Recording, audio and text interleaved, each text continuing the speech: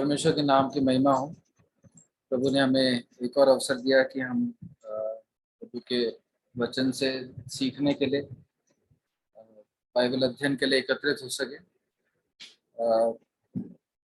जैसा कि हम करते आए हैं, पहला पत्रस उसके दूसरे अध्याय से ही जारी रखेंगे अध्ययन। पहला पत्रस उसका दूसरा अध्याय, तीसरा अध्याय, पहला पत्रस उसका तीसरा अध्याय और उसके 9 से लेके 22 तक आज फिर से पढ़ेंगे। पहला पत्रस 3 उसका 9 से लेके 22 तक। कोई भी 2-3 भाई उसको मिलकर पढ़ सकते हैं। बुराई के बदले बुराई मत करो और न गाली के बदले गाली करो, पर इसके विपरीत आशीष ही दो, क्योंकि तुम आशीष के वारिस होने के लिए बुलाए गए हो। क्योंकि जो कोई जीवन की इच्छा रखता है और अच्छे दिन देखना चाहता है, वो अपनी जीभ को बुराई से और अपने होठों को छल की बातें करने से रोके। वह बुराई का साथ छोड़े और भलाई ही करे। वह मेल मिलाप को ढूंढे और उसके यत्न में रहे, क्योंकि प्रभु की आंखें धर्मियों पर लगी रहती है और उसके कान उनकी विनती की ओर लगे रहते हैं, परंतु प्रभु बुराई करने वालों के विमुख रहता है। और यदि तुम भलाई करने में उत्तेजित रहो तो तुम्हारी बुराई करने वाला फिर कौन? और यदि तुम धर्म के कारण दुख भी उठाओ तो धन्य हो, पर उनके डराने से मत डरो और न घबराओ, पर मसीह को प्रभु जानकर अपने अपने मन में पवित्र समझो। और जो कोई तुमसे तुम्हारी आशा के विषय में कुछ पूछे तो उसे उत्तर देने के लिए सदा तैयार रहो, पर नम्रता और भय के साथ। और विवेक भी शुद्ध रखो, इसलिए कि जिन बातों के विषय में तुम्हारी बदनामी होती है उनके विषय में वे जो तुम्हारी अच्छे चालचलन का अपमान करते हैं लज्जित हो। क्योंकि यदि परमेश्वर की यही इच्छा हो कि तुम भलाई करने के कारण दुख उठाओ, तो यह बुराई करने के कारण दुख उठाने से उत्तम है। इसलिए कि मसीह ने भी अर्थात अधर्मियों के लिए धर्मी ने पापों के कारण एक बार दुख उठाया, ताकि हमें परमेश्वर के पास पहुंचाए। वो शरीर के भाव से तो घात किया गया, पर आत्मा के भाव से जिलाया गया। उसी में उसने जाकर दी आत्मा को भी प्रचार किया, जिन्होंने उस बीते समय में आज्ञा न माना, जब परमेश्वर नूह के दिनों में धीरज धरकर ठहरा रहा और वह जहाज बन रहा था, जिसमें बैठकर थोड़े लोग अर्थात 8 प्राणी पानी के द्वारा बच गए। और उसी पानी का दृष्टांत भी अर्थात बपतिस्मा यीशु मसीह के जी उठने के द्वारा अब तुम्हें बचाता है। उससे शरीर के मेल को दूर करने का अर्थ नहीं, पर शुद्ध विवेक से परमेश्वर के वश में हो जाने का अर्थ है। वह स्वर्ग पर जाकर परमेश्वर के दाहिनी ओर बैठ गया और स्वर्गदूत और अधिकारी और सामर्थ्य उसके अधीन किए गए। परमेश्वर के नाम की महिमा हो। इस वचन के पढ़े जाने पर प्रभु की आशीष हो।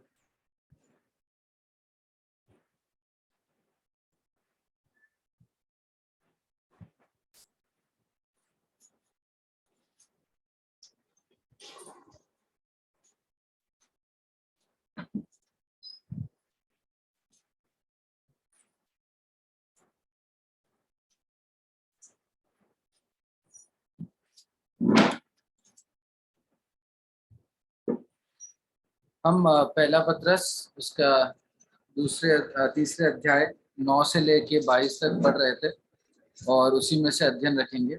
हमने पूरा भाग पढ़ लिया है, अब हम उसमें से कुछ बातों को देखेंगे। हम पिछले सप्ताह देख रहे थे, इन्हीं पदों में से हम देख रहे थे कि हमारा जीवन कैसा है।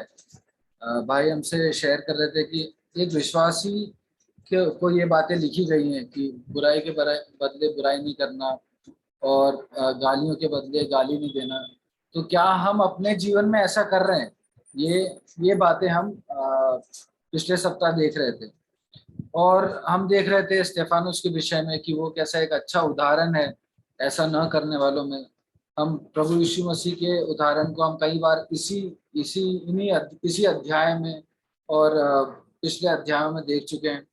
तो हमारा जीवन कैसा है, ये सब बातें जब हम सीखते हैं तो हमारी प्रार्थना भी ये होनी चाहिए, हमारी इच्छा भी होनी चाहिए कि हम इससे अपने जीवन को देखें, अपने जीवन का अवलोकन करें और समझे कि क्या हमारा जीवन जैसा प्रभु का वचन कह रहा है वैसा है या नहीं। यहाँ पे क्या हो रहा है? यहाँ पे पतरस कह रहा है कि बुराई के बदले बुराई मत करो और गाली देने के बदले गाली मत दो। अगर हम दुनिया में देखें तो दुनिया में यही होता है कि कोई गाली देता है तो रिटर्न में उसको गाली मिलती है, कोई बुरा करता है तो रिटर्न में बुराई करा जाता है, कोई किसी को मारे तो रिटर्न में मार पड़ती है, लड़ाइयाँ होती हैं, युद्ध होते हैं। अभी हम देख रहे हैं यूक्रेन और रशिया के आपस में युद्ध हो रहे हैं। कोई भी ऐसा ऐसा कोई भी देश नहीं है जो युद्ध को सह के बैठा है या फिर कोई बुराई को सह के बैठा है। तो दुनिया दुनिया में बहुत बहुत नेचुरल है कि बुराई के बदले बुराई, गालियों के बदले गाली दी जाए। और हम अगर जैसे हम ये भी जानते हैं कि जैसे कोई सुपीरियर हो, कोई बड़ा व्यक्ति हो, कोई ताकतवर व्यक्ति हो और वो छोटे व्यक्ति को गाली दे रहा हो, बुराई कर रहा हो उसके प्रति, तो भले ही वो व्यक्ति उसको वापस मार ना पाए, वापस उससे लड़ ना पाए, वापस उसको गाली ना दे डर के मारे, लेकिन वो मन में तो सोचेगा कि मतलब वो मन में एक विरोध या फिर एक क्या बदले की भावना या फिर मन में गाली देना, ये सब मन में तो होता है। मतलब मन हो चाहे एक्शंस हो, बुराई के बदले बुराई ही होता है इस दुनिया में। और एक और कॉन्सेप्ट हम इस दुनिया का देखते हैं आजकल तो बहुत एक प्रचलित कॉन्सेप्ट है कर्मा, कि हम अच्छा करेंगे तो अच्छा होगा, बुरा करेंगे तो हमारे पास भी बुरा ही आएगा। तो दुनिया के मन में, दुनिया के लिए, दुनिया के सीख सिखाव में ये है कि बुरा करने पे बुरा होता है, गाली देने पे गाली देते हैं। और स्ट्रेंथ भी यही ऐसे ही दिखाते हैं दुनिया में। हम अपने ताकत को भी ऐसे दिखाते हैं कि हम बुराई के बदले बुरा, बुराई के बदले बुरा नहीं, मगर अगर हमारा कोई विरोध कर रहा है तो मैं भी विरोध कर सकूं, ये हमारी ताकत है। यहाँ पे दुनिया में यूक्रेन क्यों लड़ रहा है अभी भी, क्यों हार नहीं माना, क्यों सरेंडर नहीं कर रहा, क्योंकि वो दिखाना चाहता है कि मैं भी लड़ सकता हूँ।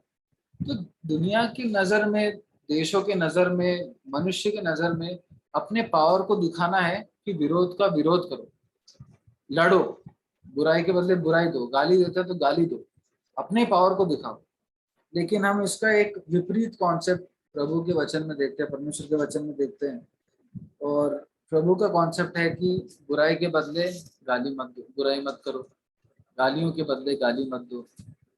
और क्या लिखा है, क्या करना क्या है, पर इसके विपरीत आशीष दो, आशीष ही दो।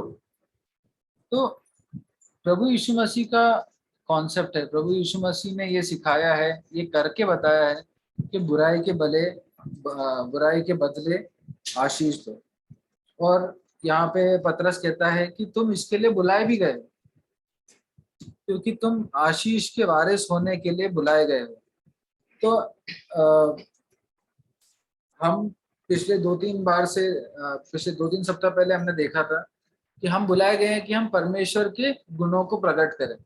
परमेश्वर के गुणों में हमने एक गुण क्या देखा था 2-3 सप्ताह पहले, कि सहना, दुख उठाना और सहना भी परमेश्वर का गुण है, प्रभु यीशु मसीह का गुण है। और इस गुण को हमें अपने जीवन में प्रकट करना है, इसके लिए हम बुलाए गए हैं। To this you were called. और प्रभु यीशु मसीह इन विषयों के बारे में खुद भी कुछ बातें कहते हैं। मत्ती 5वां अध्याय निकालेंगे, मत्ती 5 और उसका 10वां पद पर भाई पढ़ते हैं। मत्ती 5:10। धन्य है वे जो धर्म के कारण सताए जाते हैं, क्योंकि स्वर्ग का राज उन्हीं का है। यहाँ पे प्रभु यीशु मसीह खुद कहते हैं कि धन्य है वे जो धर्म के कारण सताए जाते हैं, क्योंकि स्वर्ग का राज्य उन्हीं का है। उसका इंग्लिश में एक बार देख लेंगे। हाँ पढ़ो। Blessed are those who have been persecuted for the sake of righteousness, for theirs is the kingdom of heaven. तो इसमें जो धर्म लिखा है वो ईसाई धर्म, हिंदू धर्म, मुसलमान धर्म, धर्म नहीं, राइचियसनेस, धार्मिकता। तो उसको कंफ्यूज ना हो, जब हिंदी में पढ़ते हैं तो ये कंफ्यूज ना हो कि ये धर्म के विषय में लिखा है। इसमें लिखा है धन्य है वे जो धर्म के कारण या फिर धार्मिकता के कारण सताए जाते हैं, क्योंकि स्वर्ग का राज्य उन्हीं का है। तो प्रभु यीशु मसीह का एक प्रॉमिस है कि सताए जाओगे तो तुम धन्य हो और स्वर्ग के राज के वारिस तुम ठहरोगे। और यहाँ पे पतरस बोलता है कि वो पढ़ लीजिए वर्स 9, मैं पढ़ देता हूँ। क्योंकि तुम आशीष के वारिस होने के लिए बुलाए गए हो। तो हम परमेश्वर के गुण प्रकट करने के लिए बुलाए गए हैं। हम गालियों के बदले गाली ना देने के लिए, बुराई के बदले बुराई ना करने के लिए बुलाए गए हैं। हम दुख उठाने के लिए बुलाए गए हैं, सताव उठाने के लिए, दुख सहने के लिए बुलाए गए हैं।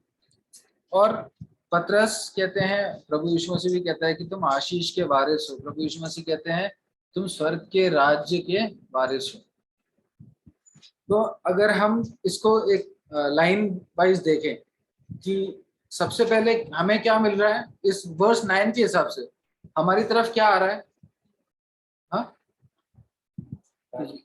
हाँ, बुराई आ रही है या फिर गालियां आ रही है।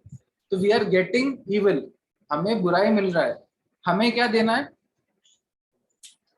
आशीष देना है। और उसकी वजह से क्या होगा? हम पर आशीष होगी, है ना? ऐसा हमें इसमें समझ आता है क्योंकि ये इस लाइन में लिखा हुआ है। लेकिन अगर हम प्रभु के वचन को, प्रभु ने जो मत्ती में लिखा, मत्ती में बोला, उसको हम पढ़ेंगे तो लिखा है कि धन्य है वे जो धर्म के कारण सताए जाते हैं, क्योंकि वे स्वर्ग के राज के वारिस हैं। तो क्या हम अभी स्वर्ग के राज के वारिस हैं? हम अभी स्वर्ग के राज के वारिस हैं? तो वारिस हैं। क्या हमारे ऊपर कष्ट हो गया है या हम दुख सह रहे हैं, बुराई गाली दे रहे हैं कोई, इस वजह से हम स्वर्ग के राज के वारिस हुए हैं क्या? किसी ने गाली दी, मैंने आशीष दिया, इसीलिए मैं स्वर्ग का राज का वारिस हुआ हूं क्या? नहीं ना।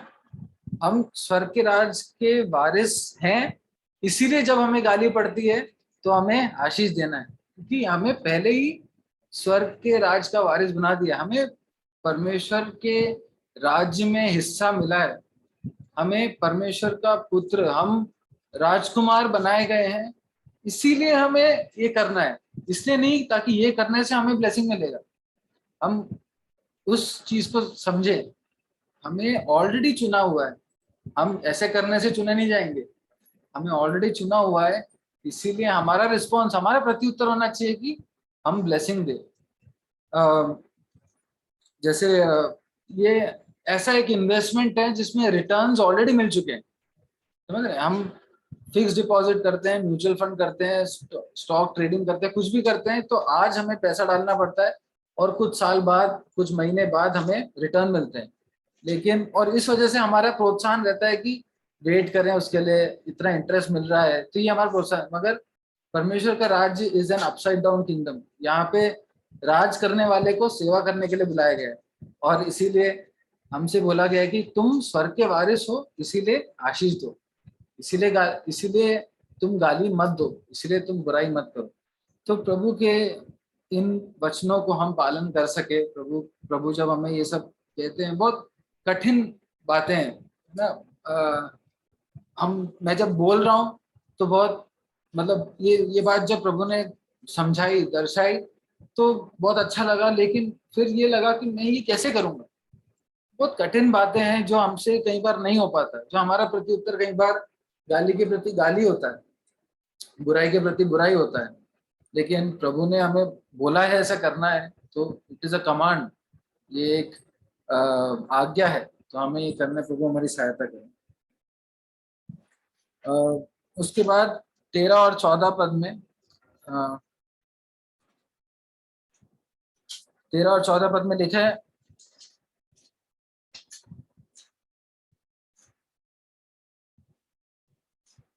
एक और बात कहेंगे। जब हम 9 पढ़ा हमने, फिर 10 से लेके 12वें पद में भजन संहिता 34 से कुछ बातें पतरस यहाँ कहते हैं, और वो बोलते हैं कि मतलब जो चीज उन्होंने वर्स 9 में लिखी, उसी बात को थोड़े विस्तार में पतरस 10 से लेके 12वें पद में बोलते हैं।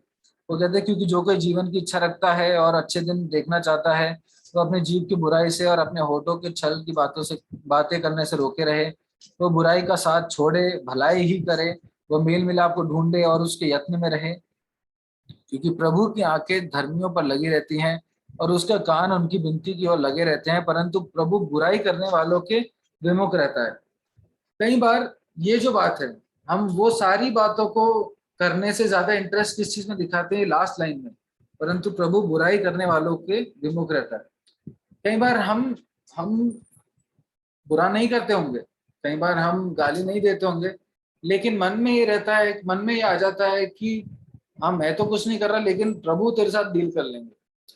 दैट एटीट्यूड, हमारे मन में एक एटीट्यूड ऐसा आता है कि हाँ ठीक है मैं कुछ नहीं कर रहा, चलो मैं शांत रहूंगा, मैं कुछ नहीं करूंगा, लेकिन प्रभु उसको निपटा देंगे, या प्रभु उसको उससे डील करेंगे, प्रभु उसको पनिशमेंट देंगे। एक एटीट्यूड ऐसा हमारे मन में आता है। हम दाऊद के जीवन में देखते हैं, पौलुस शाऊल उसको परेशान करता रहा, उसको एक जगह से दूसरे जगह भगाता रहा। दाऊद ने कभी भी उस गद्दी की इच्छा में शाऊल को वहां से हटाने की कोशिश नहीं की, मगर शाऊल हर बार उसको एक एनिमी होकर, एक विरोधी होकर देखते रहा और भगाता रहा, और दाऊद भागता भी रहा। लेकिन जब जब उसको मौका मिला शाऊल को मारने का, उसने नहीं मारा। जब शाऊल ने उसको गुफा के बाहर से पुकारा, हे मेरे बेटे दाऊद, तो उसने हे पिता होकर ही उसको वापस बुलाया। तो दाऊद के जीवन में देखते हैं कि इतना सब होने के बाद भी उसके मन में ये नहीं था कि प्रभु आप शाऊल को मार डालो। जब शाऊल मारा गया, जो खबर लेकर आया उसको दाऊद ने मार दिया, क्योंकि वो ऐसी खबर लेकर आया, उसने मरने दिया। वो बोलता है कि मैंने उसकी मदद नहीं करी। तो दाऊद का मन, इसलिए कहते हैं कि Daud is a man after God's own heart. Daud का मन परमेश्वर जैसा मन है। परमेश्वर हमसे ये नहीं चाहते कि तुम कुछ नहीं करो, लेकिन चाहो कि उसके साथ परमेश्वर डील करे। हम कई बार सोचते हैं, मन में आ जाता है, जब हम हेल्पलेस फील करते हैं कि परमेश्वर मैं तो कुछ नहीं कर पा रहा, लेकिन आप पनिश करो, आप डील करो, प्रभु हमारी सहायता करें। क्योंकि हम भी एक समय पे उस विरोधी की जगह थे ना, जो आज विरोध कर रहा है शायद कल वो विश्वास में आएगा। एक दिन हम विरोध कर रहे थे, हम विश्वास में आए। प्रभु हमारी सहायता करे कि हम मन से या अपने एक्शन से, अपने व्यवहार से कभी गालियां या बुराई ना करें, दूसरों के प्रति एक विरोध या एक बदले की भावना ना रखें। प्रभु हमारी सहायता करे। उसके बाद 13वें और 14वें पद में जाते हैं। उसमें लिखा, और यदि तुम भलाई करने में उत्तेजित रहो तो तुम्हारी बुराई करने वाला फिर कौन है, और यदि तुम धर्म के कारण दुख भी उठाओ तो धन्य हो, पर उनके डराने से मत डरो और न घबराओ। इसमें लिखा है कि दो चीजें लिखी हैं कि अगर तुम अच्छा करो तो तुम्हारा बुरा करने वाला कौन है, लेकिन फिर भी बुरा हो सकता है। उसमें पतरस कहता है, यदि तुम 14वें पद में, यदि तुम धर्म के कारण दुख भी उठाओ तो भी धन्य हो।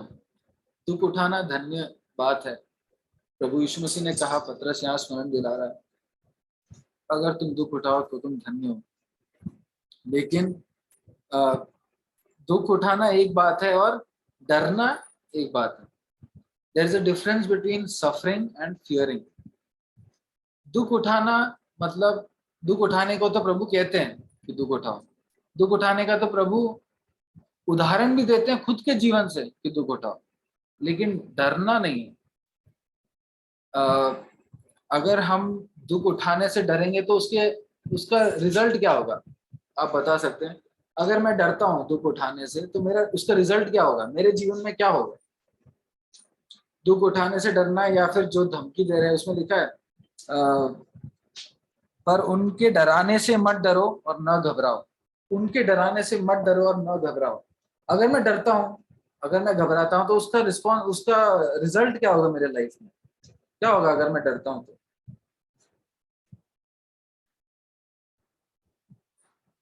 अगर मैं दुख से डर रहा हूं तो मेरे जीवन में क्या क्या होगा? आत्मिक गिरावट होगी। हाँ,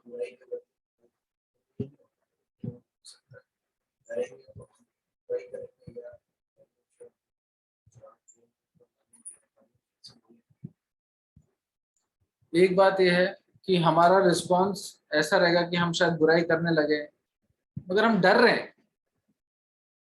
हम डर रहे हैं, मेरे को डर लग रहा है कुछ करने से, अब मेरे को दुख उठाने से डर लग रहा है, तो मेरा रिस्पॉन्स क्या होगा? विलियम मैंने बोला कि आत्मिक गिरावट होगी। किस किस रीति से? एक एक सबसे बेसिक, आप इमेजिन करिए कि अब अभी आ, हम जहाँ पे भी कार्य कर रहे हैं या हम जिस स्थान पे रह रहे हैं वहां पे प्रोसिक्यूशन है या सताव है, और मैं डर रहा हूँ उस प्रोसिक्यूशन से, तो उस सताव से, तो मेरा क्या सबसे पहला क्या रिस्पॉन्स होगा?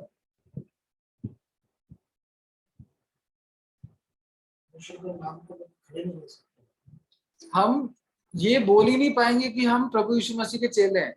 मैं अपनी गवाही ये नहीं दूंगा कि मैं मसीह में हूँ या फिर मैं प्रभु यीशु मसीह का फॉलोअर हूँ या प्रभु यीशु मसीह का डिसाइपल चेला हूँ।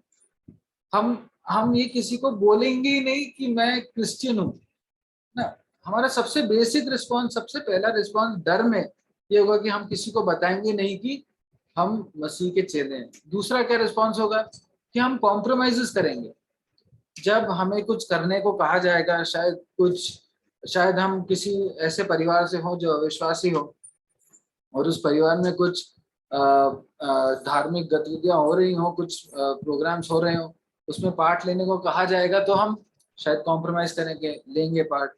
अगर हमें कुछ ऐसी चीज जो प्रभु को पसंद नहीं, अगर मूर्ति के सामने जाना हो या कहीं कुछ भी ऐसा करना हो जो प्रभु के वचन के विरोध में है, शायद हम कुछ चीजों को कॉम्प्रोमाइज करें ताकि मेरे को उस टाइम विरोध ना सहना पड़े या फिर उस टाइम उस विरोध के कारण दुख ना सहना पड़े।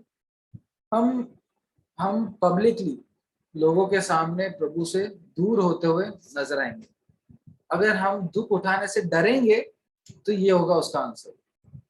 तो बहुत जरूरी है कि हम समझे कि दुख उठाने और डरने में फर्क है। लूका रचित सुसमाचार उसका 12वां अध्याय निकालें। लूका रचित सुसमाचार उसका 12वां अध्याय, उसका 4 और 5 और 8 और 9, 4, 5, 8 और 9, लूका 12 उसका 4, 5, 8 और 9।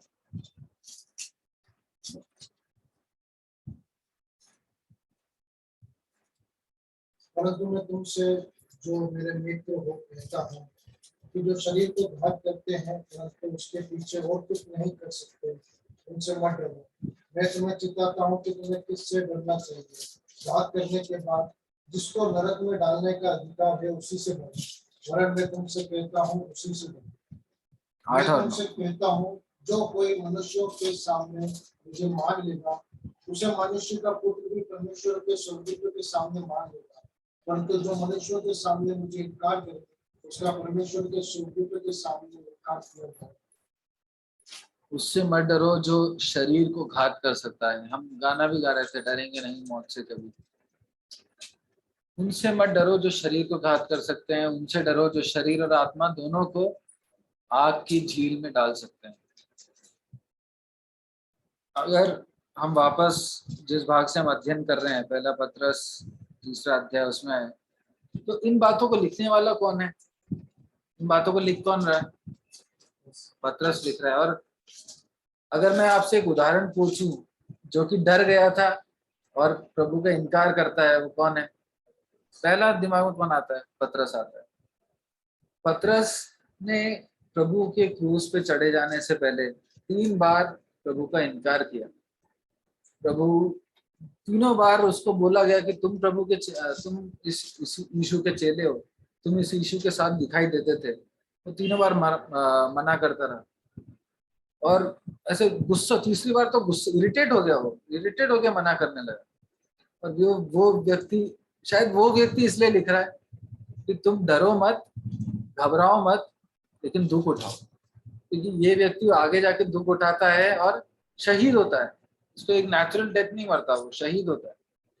प्रभु हमारी सहायता करें। हमारे जीवन में अगर अभी तक डर है, अगर अभी तक किसी कारण से हम किसी से भी डर रहे हो, शायद हम एक अविश्वासी परिवार से हो, शायद हम अविश्वासी समाज से हो, हमारे अधिकतर मित्र, हमारे ऑफिस में काम करने वाले सब लोग, कोई भी शायद प्रभु को नहीं जानता, और इन सब के बीच में हमें डर लगता हो कि ऐसे एक समय में मैं चुप रहूं, या फिर मैं फालतू में क्यों विरोध अपने ऊपर से लूं।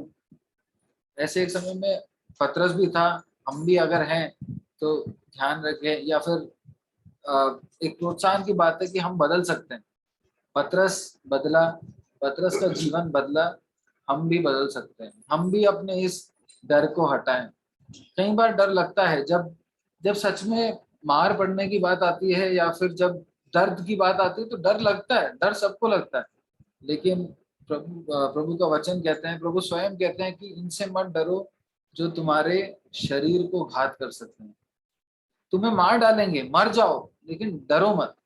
मगर ये भी लिखा है कि सहो, दुख को तो सहो, दुख से मत डरो। प्रभु हमारी सहायता करे। ये सब कैसे हो पाएगा अगर हम इसके पहले पत्रस 3:15 में पढ़ते हैं, या 14 के अंत में लिखा है, पर उनके डराने से मत डरो और न घबराओ। 15 में लिखा है, पर मसीह को प्रभु जानकर अपने अपने मन में पवित्र समझो। मसीह को प्रभु जानकर अपने अपने मन में रखो। मसीह को प्रभु जानो, सी क्राइस्ट एज योर लॉर्ड। हमें अधीनता के विषय में सिखाया गया, पति से अधीन, अपने अपने कार्यस्थल में अपने बॉस, अपने राजा, सबसे अधीन रहना प्रभु का वचन सिखाता है। लेकिन जेम्स ने पूछा था, अगर वो व्यक्ति अगर प्रभु के विरोध में है तो अधीनता इस व्यक्ति के प्रति नहीं, अधीनता अल्टीमेटली अधीनता किसके प्रति होनी चाहिए? प्रभु यीशु मसीह के प्रति। तो अपने अपने मन में मसीह को प्रभु जान लो। हम जब अधीन होने के विषय में बात करते हैं, जब आगे शायद पूछे लोग कि तुम्हारी अधीनता किसकी ओर है? क्या तुम अपने बॉस की बात नहीं मानोगे? क्या तुम अपने प्रोफेसर की बात नहीं मानोगे? तो हमारे मन में ये चीज क्लियर होनी चाहिए कि मेरी अधीनता, मेरा प्रभु कौन है। अगर ऐसा करने से मेरे प्रभु को महिमा मिलती है तो हाँ, मैं अधीन रहूंगा। अगर ऐसा करने से मुझे दुख उठाना पड़ता है तो वो प्रभु में अधीन रहना दिखाएगा। प्रभु हमारी सहायता करे। उसके बाद 15वें पद में आगे पतरस कहता है, और जो कोई तुमसे तुम्हारी आशा के विषय में कुछ पूछे तो उसे उत्तर देने के लिए सर्वदा तैयार रहो, पर नम्रता और भय के साथ। जो कोई तुमसे तुम्हारी आशा के विषय में पूछे, अगर हम डरेंगे नहीं, अगर हम दुख उठाएंगे, और शायद इसके अलावा भी हमसे कोई पूछ सकता है कि तुम्हारी समझिए, हम अगर दुख सह रहे हैं, हम किसी कोर्ट में खड़े हैं, शायद कल को पता नहीं हमें, तो कोई पूछे हमसे कि तुम्हारे ये विश्वास का आधार क्या है, तुम किस चीज पे ऐसे विश्वास कर रहे हो, तुम क्यों इतना दुख सह रहे हो, क्यों तुम मसीह को ना कहकर आनंद का जीवन क्यों नहीं बिता लेते इस दुनिया में? ऐसा होता है, कई बार ऑफर मिलता है कि तुम प्रभु यीशु मसीह को ना बोल दो, हम तुम्हें छोड़ देंगे, हम तुम्हें कुछ नहीं करेंगे। तब सवाल आ सकता है कि तब तुमसे सवाल पूछा जा सकता है कि तुम्हारी आशा के विषय में तुमसे सवाल कुछ पूछा जा सकता है। तो वहां पे पतरस क्या बोलता है? उसे उत्तर देने के लिए सर्वदा तैयार रहो। एक फील्ड है, फील्ड ऑफ स्टडी है अपोलोजेटिक्स, या फिर उसको हिंदी में बोलते हैं पाशंसक विद्या। अपोलोजेटिक्स का मतलब है डिफेंस ऑफ द फेथ। मैं अपने विश्वास को डिफेंड करूं, ये है उस स्टडी का नाम। तो उसमें बहुत लोग पढ़ाई करते हैं, लोग अलग अलग फेथ को देखते हैं, उसमें उसको कंपैरिजन करते हैं, और अपने अपने फेथ को, अपने विश्वास को कैसे मैं डिफेंड कर सकता हूँ, वो सीखने की एक विद्या है अपोलोजेटिक्स। तो ऐसे एक अपोलोजेटिक्स करने वाले एक भाई थे जो अब नहीं रहे, इस दुनिया में थे। वो काफी सारे स्टूडेंट्स के डाउट्स और ये सब क्लियर करते थे। तो उनने एक बात कही थी कि वो भारतीय थे वैसे, और मगर यूएस में ज्यादातर रहते थे। तो उनने एक बात कही थी कि इंडिया में एक बात कही जाती है कि नाक कट जाना, नाक कट जाना एक बहुत कॉमन टर्म है। किसी की बेइज्जती कर दे तो क्या कहते हैं? हमने उसकी नाक काट दी। या किसी का कोई मजाक उड़ा दे तो उसकी नाक कट गई। क्योंकि नाक क्या, कोई लेटता है तो सबसे ऊंचे पे रहता है नाक, तो नाक कट जाना मतलब बेइज्जती हो गई, उसकी इज्जत को गिरा दिया।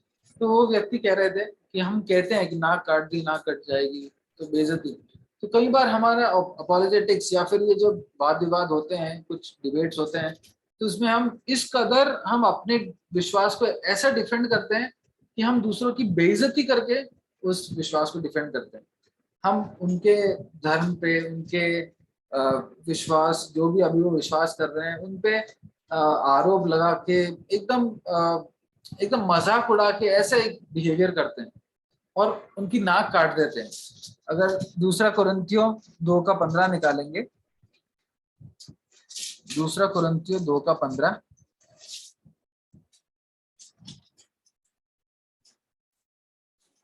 पढ़ लेंगे। दूसरा कुरिन्थियों 2:15।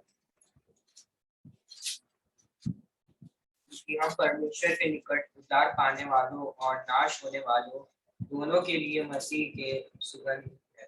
तो वो भाई कह रहे थे कि हमारे बारे में ये लिखा हुआ है कि हम मसीह के सुगंध है, लेकिन हम कई बार इस तरह से अपने इस सत्य को पेश करते हैं कि दूसरों का मजाक उड़ा के या दूसरों को नीचा दिखा के कि ये सुगंध नाक कटने के बाद ये सुगंध उन तक पहुंचेगी कैसे।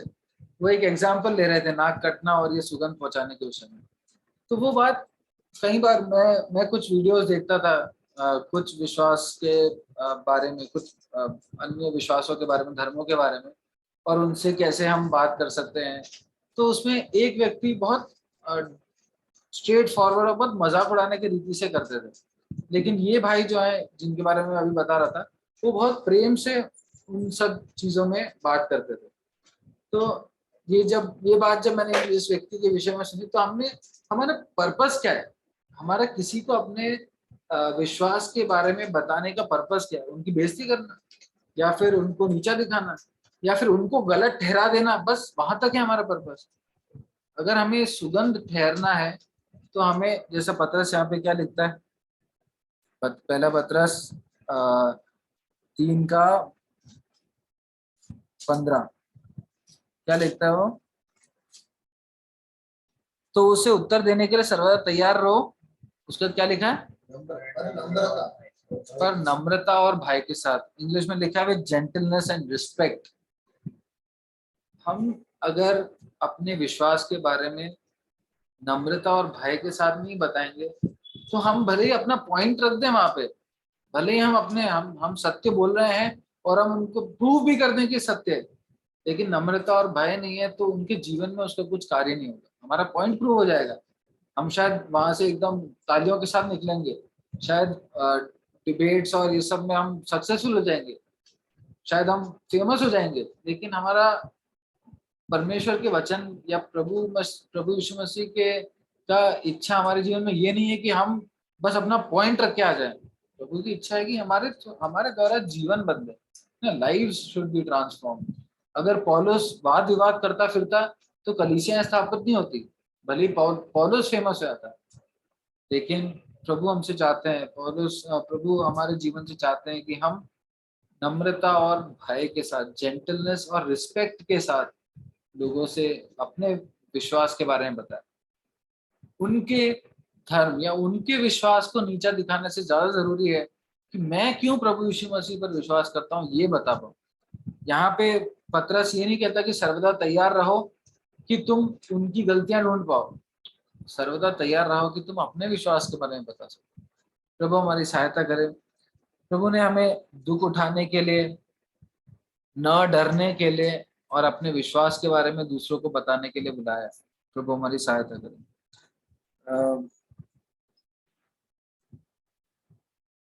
उसके बाद 17 से लेके 22 पद पढ़ लेंगे।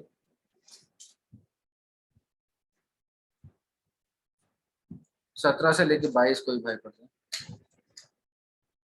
क्योंकि यदि परमेश्वर की यही इच्छा हो तुम भलाई करने के कारण दुख उठाओ, तो ये बुराई करने के कारण दुख उठाने से उत्तम है, इसलिए कि मसीह ने भी अर्थात अधर्मियों के लिए धर्मी ने पापों के कारण एक बार दुख उठाया, ताकि हमें परमेश्वर के पास पहुंचाए। और शरीर के भाव से तो घात किया गया, परंतु आत्मा के भाव से जिलाया गया। उसी में उसने जाकर यदि आत्माओं को प्रचार किया, जिन्होंने उस बीते समय में आज्ञा न माना, जब परमेश्वर नूह के दिनों में धीरज बैठकर ठहरा और वह जहाज बना रहा था जिसमें बैठकर थोड़े लोग अर्थात 8 प्राणी पानी के द्वारा बच गए। और उसी पानी का दृष्टांत भी अर्थात बपतिस्मा यीशु मसीह के जी उठने के द्वारा अब तुम्हें बचाता है।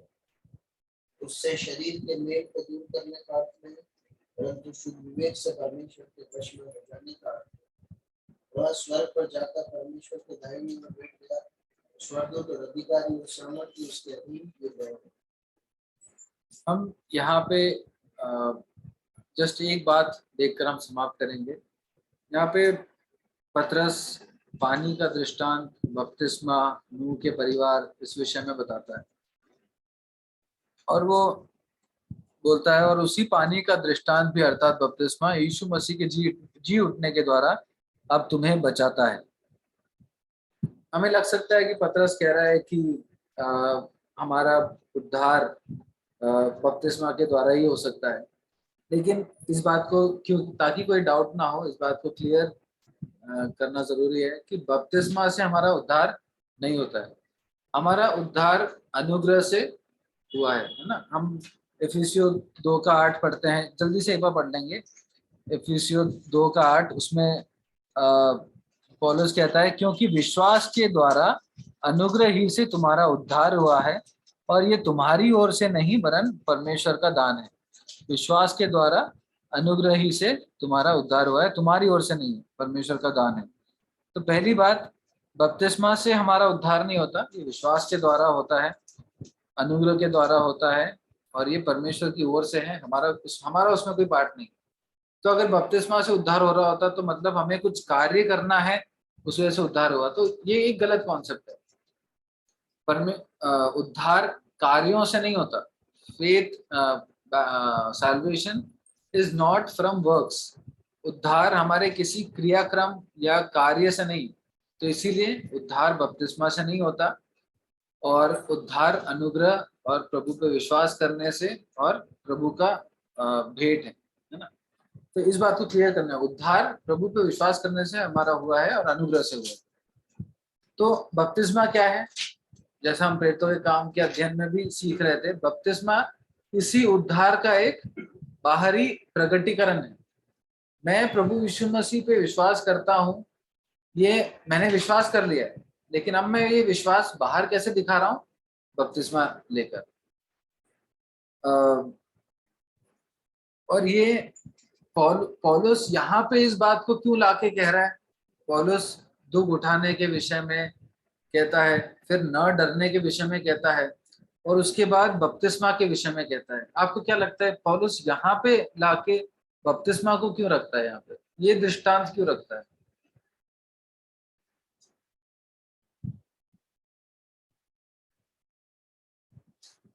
पौलुस कहता है कि तुम दुख उठाओ। पौलुस प्रभु यीशु मसीह के उदाहरण को देता है, प्रभु यीशु मसीह के मारे जाने के विषय में बताता है। पौलुस कहता है कि तुम घबराना नहीं, डरना नहीं, और फिर अंत होते होते पौलुस बपतिस्मा के विषय में कहता है। बपतिस्मा क्या है, जैसा हमने अभी अभी हमने सुना था, बपतिस्मा क्या है? बपतिस्मा क्या है? उद्धार होने का प्रकटीकरण है। उद्धार होने का प्रकटीकरण का ये कदम उठाने के लिए अगर हम डरेंगे नहीं तो ही उठा सकते हैं। हम पब्लिकली बता रहे हैं कि मैं प्रभु यीशु मसीह का चेला हूं। हम पब्लिकली बता रहे हैं कि मैं अब से प्रभु यीशु मसीह के लिए जीऊंगा। हम पब्लिकली इस बात को क्लियर कर रहे हैं कि अब मैं क्या, नो टर्निंग बैक, अब मैं पीछे नहीं मुड़ूंगा। तो बपतिस्मा से हम सबको, इस दुनिया को बता रहे हैं कि अब मैं प्रभु यीशु मसीह के पीछे चलूंगा या चलूंगी। तो अगर हम डरते हो और अगर हम दुख उठाने के लिए तैयार नहीं हो तो हम इस कार्य को कैसे करेंगे? हमें अगर हमें इस निर्णय को लेकर आगे बढ़ने का डर है तो हम दुख कैसे उठाएंगे? हम कैसे प्रभु यीशु मसीह के वचनों को या बातों को, या सुसमाचार को आगे पहुंचाएंगे?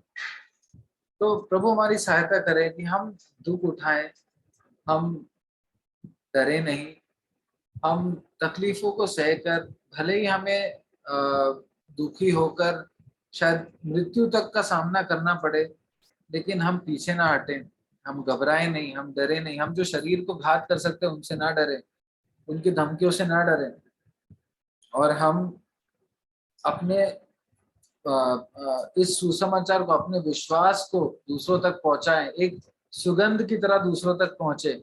और हम बपतिस्मा लेकर, जो हम में से जिनने बपतिस्मा नहीं लिया है, वो बपतिस्मा लेकर इस चीज के लिए अगला कदम, अगली तैयारी ले। ये परमेश्वर की आज्ञा है कि विश्वास किया है तो बपतिस्मा लेना है।